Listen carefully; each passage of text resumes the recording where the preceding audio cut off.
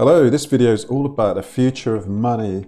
How to calculate debt using Python code is something we're going to do later on in the video, but first we're going to discuss what is the future value of money, why it's important, and how the calculation works. So let's get on with it.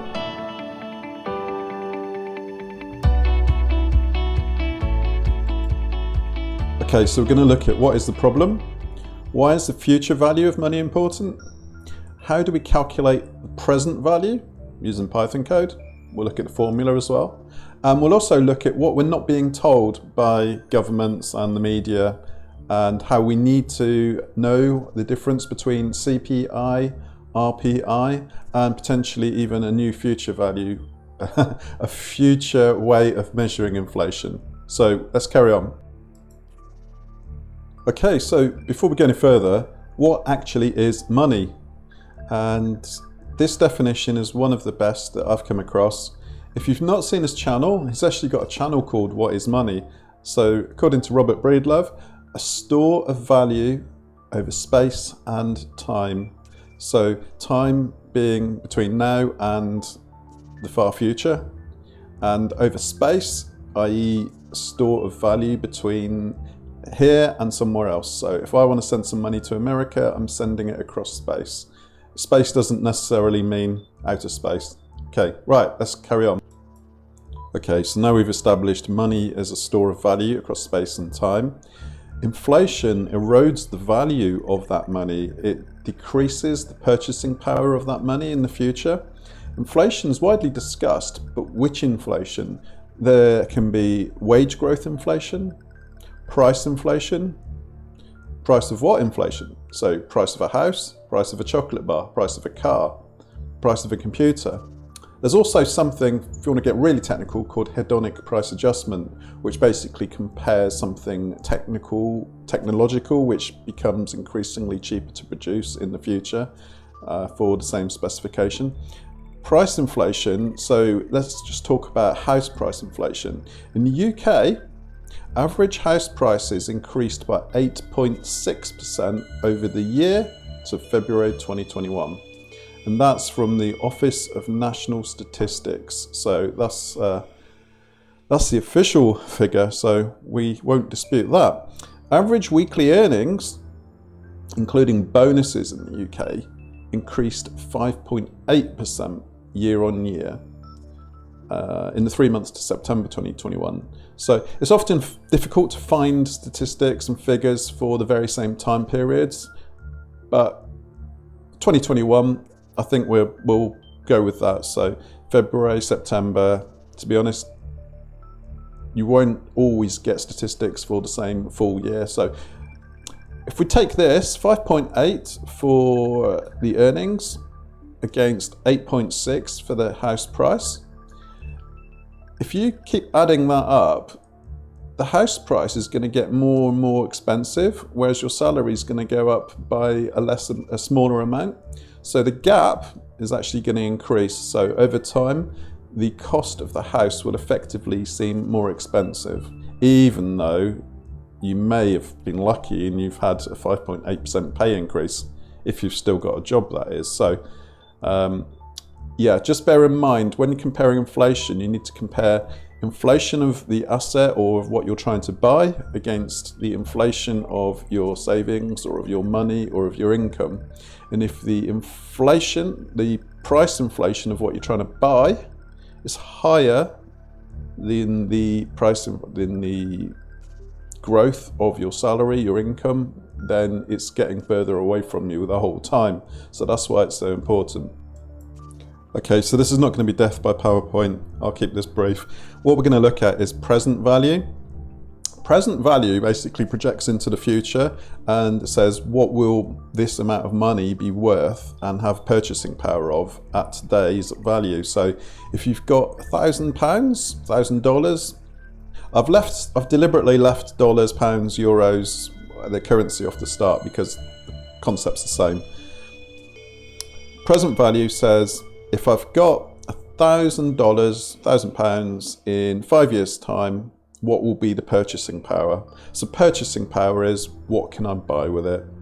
So effectively, in 5 years' time, if you have 1,000 units of money, it's equivalent to what 747.25 would buy right now. So if a car costs, maybe not a car, but okay, say a laptop costs 747 now, effectively that means it would be the equivalent to 1,000 in 5 years' time. So you need to have 1,000 to buy your next laptop in 5 years' time if the current laptop costs around about 747. So PV, present value, PV equals, so it's the future cash flow divided by 1 plus the interest rate, and then it's to the power of the number of years. So you got £1,000, and if the interest rate or the rate of inflation is 6%, in 5 years' time, your money's actually only really going to be worth 747, the purchasing power 747. Okay, so you may have seen articles saying 1 Bitcoin is going to be worth $300,000, $500,000 by a certain time. Now, what you need to do is you need to consider what is actually the equivalent purchasing power, i.e. the present value of that. So if you see an article saying $300,000 by 2025, you need to then use the discount rate of whatever you think the true rate of inflation is. I think it's way over. The other thing to consider, which we won't go into here, but is called opportunity cost. So you need to factor that in with risk as well. So you could say, oh, well, I could go and invest in the stock market and I could get 14%. Okay, well, maybe you can. So that is another consideration. What are you actually missing out on? But even so, if you just consider the actual rate of inflation, which erodes the value of your investment or your asset, here we've got 300,000, it's 6% over 4 years. It's actually equivalent to the purchasing power of 237,628.09 at today's value. So hopefully that's clear. We'll do a Python example with some code shortly, so let's move on. So if you believe that inflation is CPI, RPI, what you actually believe is that inflation is something which the government are telling you it is. Michael Saylor, who's a multi-billionaire, or he owns a company worth several billion, MicroStrategy, he's gone on record saying that the S&P index in the US acts as a proxy for inflation. And if you've ever watched Michael Saylor talking to Anthony Pompliano, then 14% is his kind of guideline of what inflation truly is.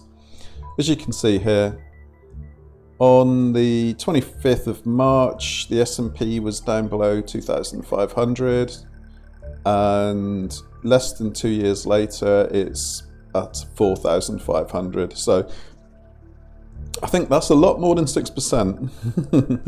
It's nearly doubled in, obviously we've had COVID. I'm not blaming or assigning the blame of why this is, but if you follow the S&P as a proxy for inflation, then inflation typically could be 14% or more. I think actually Michael Saylor said it was nearer to 30%. So, based on the S&P. So let's consider how we can make sense of this. So let's go back to the official metrics.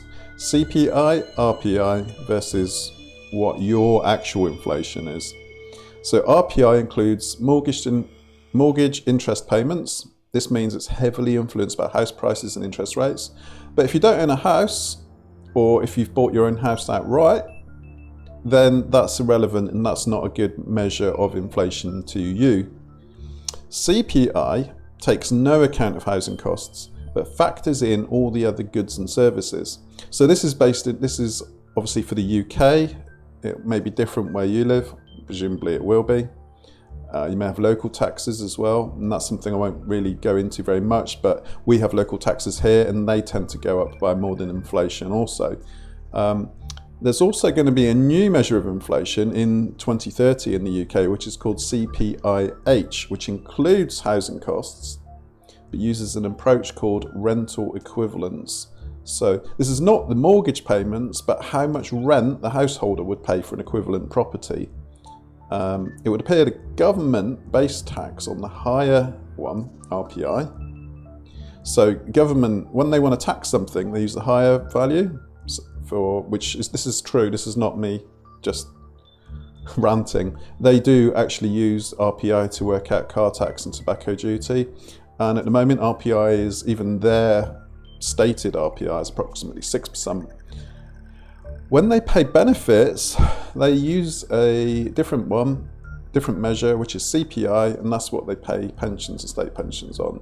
And I forget what the current value is, but it's much lower. I think it's about 3 or 4%. So they tax at the high rate and they pay out at the lower rate. So just be aware of that. That may happen in your country as well. Okay, so we've looked at RPI, CPI, and now let's look at your inflation. If you drive a car which uses fuel as opposed to electric, fuel prices rise for 10th week in a row, with cost of petrol now at record £1.46 a litre and diesel at £1.50 a litre. The average cost of petrol and diesel has increased by 34p in the past 12 months. So that's approximately 20%. So inflation, 20%, not 6, not 4. So don't believe what the financial people in the government tell you, or that you read in the newspapers or see on the mainstream news. This has made it approximately £19 more expensive to fill a 55-litre family car. That's 55-litre fuel tank, not 55-litre engine. Right. The rise in fuel prices has been driven by the cost of oil doubling over the last year, which is fair enough, but still remember, it doesn't matter what the reason is, it still hits your pocket. So let's carry on. In the old days, bonds were used to create income for pensions funds, and bond yields are at a record all-time low. This only goes up to 2007, but bond yields are at an all-time low. And if a bond yields less than inflation, then you're onto a loser. So just keep that in mind. Okay, so we're going to get to some code in a minute, but just to finish off, the cost of going to university. So that's something which many people will be considering. And I just want to show how RPI is used here. So repayment of student loans is based on RPI, and that's actually the higher figure. Now, when this was written, I've copied and pasted this from the ONS website. When this was written, which was probably a year or so ago, maybe 2 years, RPI was at 1.5%, and then the repayment adds on up to 3% as well. Now, their site's out of date. The RPI is now actually 6%. So why would you get a student loan from the university for going to university when you would end up paying back 6%? No, 6%, 2%, 3%. It may just sound very small, but we're going to get to this in a minute. It's massively important, and we'll see why with some code. Okay, we'll get to some code very soon, but just to finish off with, the Bank of England, who you would think would be a very trustful organisation, wouldn't you? Look at that nice picture of the Queen. They've been around for hundreds of years. Who would question them? So what happens is the government says, give us some money. So the Bank of England issue some more money out of thin air. But they say, oh, we need something in return. So then the government says, okay, you have this bit of paper called a bond, and every month we'll give you back, we'll repay some of the loan. But this is all credit issued out of thin air. And what happens, because there's more money within the country, you end up with more money, but the same amount of goods. So that actually means that the money you do have is worth less. The purchasing power of that money is diminished. It's effectively, it's called debasement. It's the same as counterfeiting. It's why you would get arrested or put in prison if you were printing money yourself. Now the government would justify it by saying they're issuing bonds. But as we can see here, QE lowers the cost of borrowing throughout the economy. including for the government. That's because one of the ways that QE works is by lowering the bond yield or interest rate on UK government bonds. But that's not why we do QE. We do it to keep inflation low and stable and support the economy. Well, according to the news, inflation hits highest rate in 10 years. So, and that aim is what will make us to decide when and how to stop doing QE. QE, if you swap QE for counterfeiting money, it'll make more sense to you.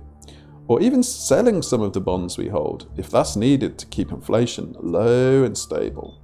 Okay, right, next. Okay, so we've seen how keeping £1,000 or dollars in your bank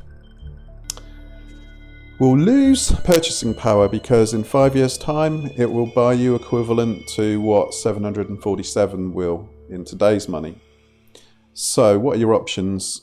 You could buy painting, some wine, a classic car. I don't know about you, but they're all a bit beyond my budget. So you could buy Bitcoin. I'm not here to sell it. I don't get any commission, but it's an interesting option because only 21 million will ever exist. It can't be inflated. Nobody can ever, it's even written into the code that only 21 million will exist. And can the code be changed? Of course, but the people who run the nodes, they would not want to download that code because it would devalue everything that they've already got. So Bitcoin, it can't be debased by governments. Governments can't touch it. They could potentially make it illegal or not legal tender. It's not legal tender in many places at the moment, apart from El Salvador, and maybe a few other countries may join in the near future.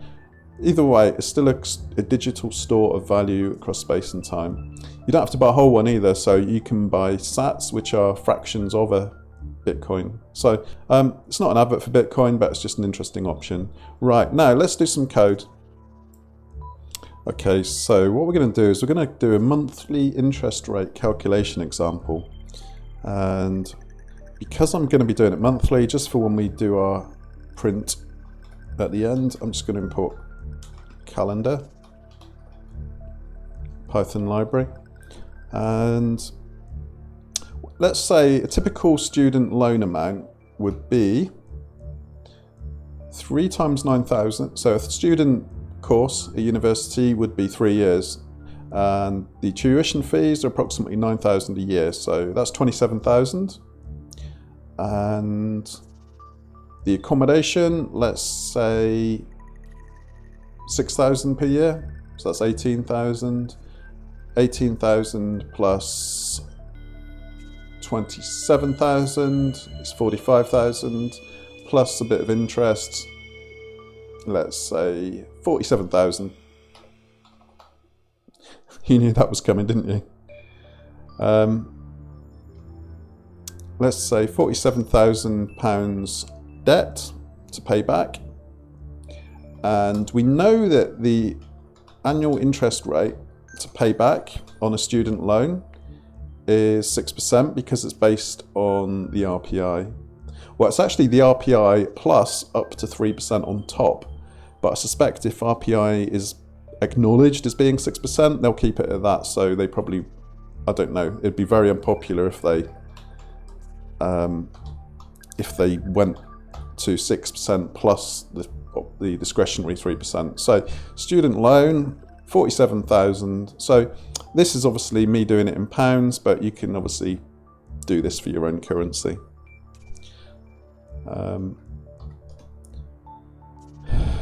It's called base interest rate on, the interest rate will base it on the current RPI in UK. So the annual interest rate equals, so it's 6 over 100 to give you 6%.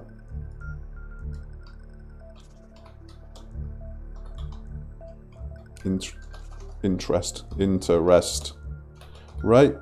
Then let's work out the monthly. So the monthly interest rate is the annual rate divided by 12.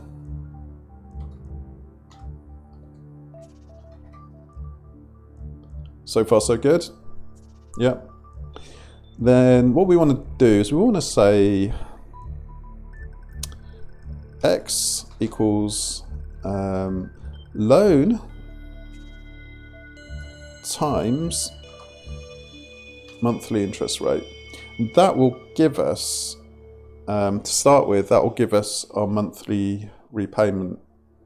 So if you consider that the loan is 47,000, the monthly interest rate will be, the annual interest rate will be 0.06, and 0.06 divided by 12 will be 0.005, and 47,000 times 0.005 will give us £235 a month. That's the monthly repayment amount.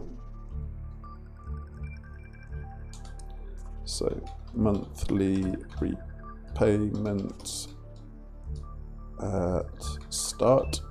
So that's at the start, and obviously each month the interest that you owe will get added, but the repayment that you're making will get deducted. So this is just for month 0.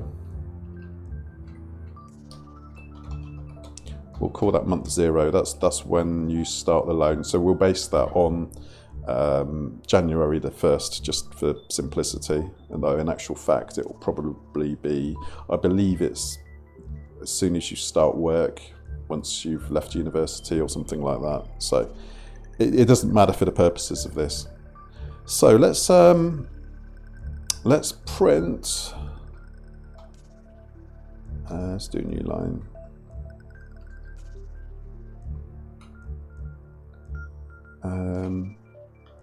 Monthly payments equals string of x. In fact, let's just run that. There we go. Hope you can see that in the bottom of the screen. Monthly payment, £235 a month monthly payment on a student loan if you'd run up £47,000 of loan. Sounds a lot, doesn't it? Then monthly, let's print the monthly rate.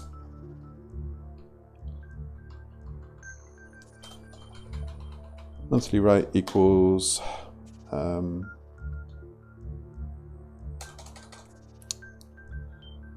plus, we'll do string of the monthly interest rate, and then let's just do new line as well. So we should see interest rate 6%. Let's divide that by 12. That should give us 0.5%, which would be expressed as 0.005. There we go. Just tidy that up. Good. Okay. Next, let's actually work out repay. So according to the website, I think it was the ONS student loan website, you have to repay minimum £11 per month for year 1. And then what we'll look at is how the balance changes each month. So what is the outstanding balance at end of the year? And if we say that we'll make a variable called repayment equals 11, and right, this is where we need to say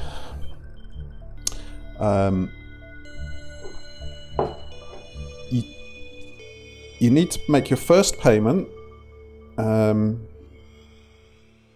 after 1 month. So we will say for I, just tab that down.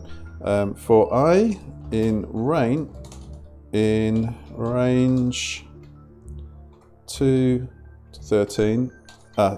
Yeah, not 12, 13 because it will stop at 1 less. And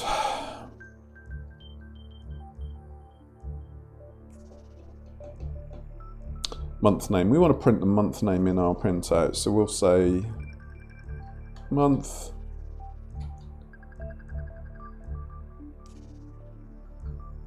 name, calendar.month name.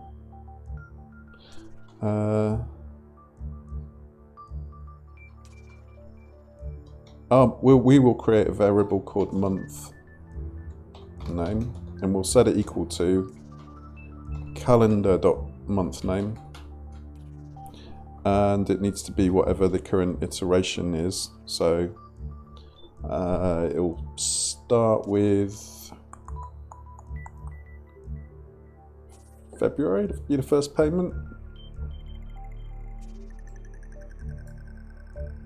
Okay, so now we will say loan, which we've got from line 7. So each month the loan will be the loan plus, and then we need to add on the interest. Loan times monthly interest rate. So it's the loan plus the loan times 0.5%. And that calculates the loan after the first month, and then after the first month you then also say loan equals loan, but then you deduct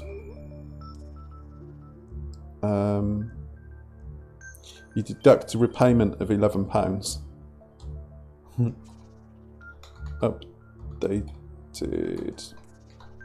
balance minus the,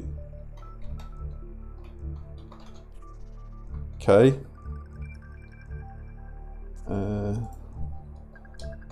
interest added on for the month.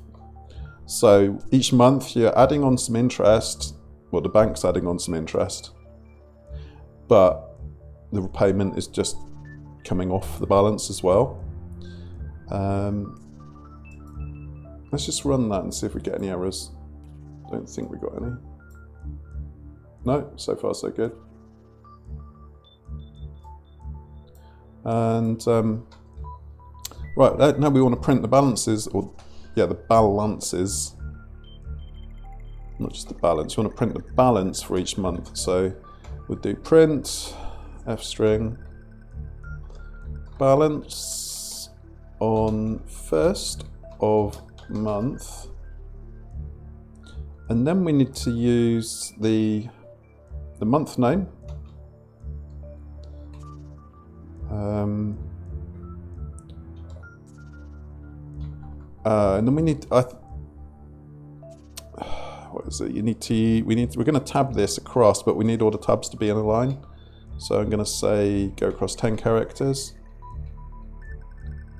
And then let's just do some tabs, because I want to make a nice column of the balance, so it's a bit more readable. And then we want to say, want to round the loan amount. So the loan is still an integer. So we round that integer to 2, and then we turn it into a string so we can print it. And I think that's there. let's run it. Okay, balance on. What have I done wrong here?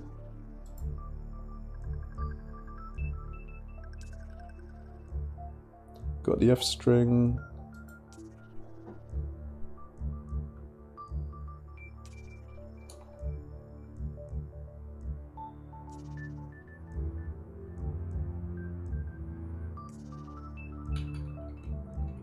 I think that's an erroneous quote on the end. Is that happy now? I think that's there. Too many brackets probably. We've got pink one for the end of the round. The loan has got the pale blue, and we've got the pink for the round, and then we've got the yellow for the print. Okay, let's run that. And we've February. Yeah, because it hasn't printed January, but January actually is the 47,000. So on the 1st of January, the loan is 47,000. On the 1st of February, we need to add on the interest for the whole of January. And let's calculate that. I think that looks correct. So got some notes here. So January, it'd be 47,000. February, 47,000.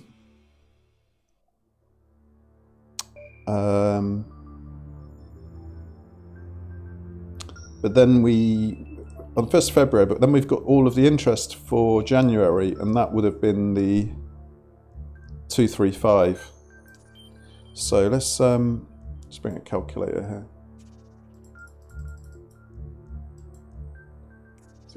Calc.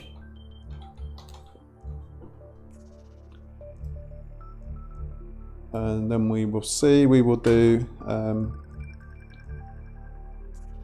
47,000 plus 235. So that was our interest payment, and then minus 11. And that gives us our 47224. March is going to be more complicated to work out because we need to do 47224. Oh, I didn't mean to delete that. 47224 times 0.005. So you can see the interest payment has gone up because the outstanding balance, even though we paid off £11, the outstanding balance went up because it added on a 235 of interest. So we've got 236 of interest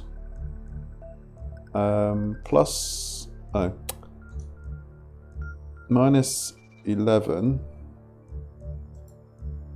So then 225.12 gets added on to, good job I wrote that down,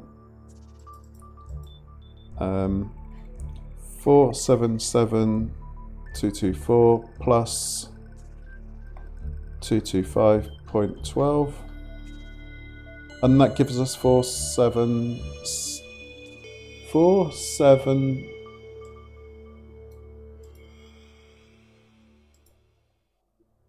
Something not quite right there. Let's try again. 47224 plus 225.12. There we go, 47449.12. Brilliant.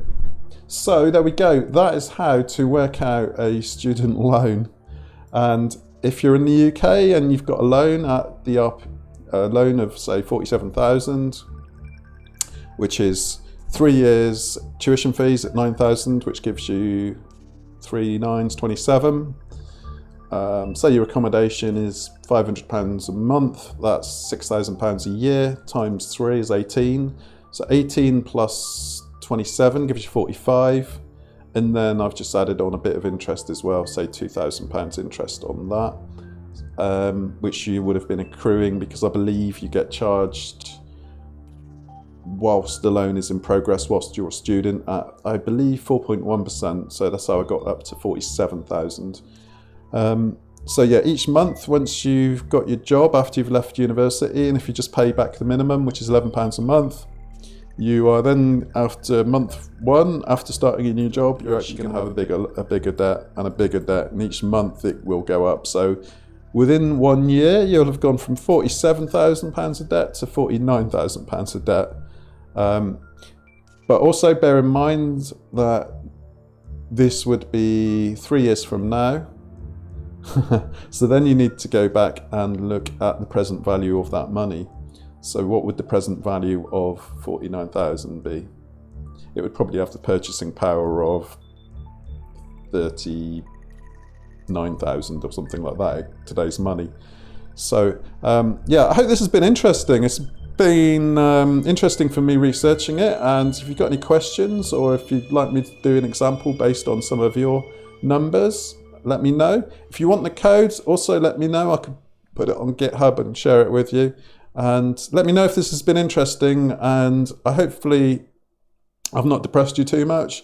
It's better to know what you're letting yourself in for rather than just have your head in the clouds, I think. So yeah, thanks for watching, and please give it a thumbs up. It takes a bit of time to do these, so yeah, thumbs up.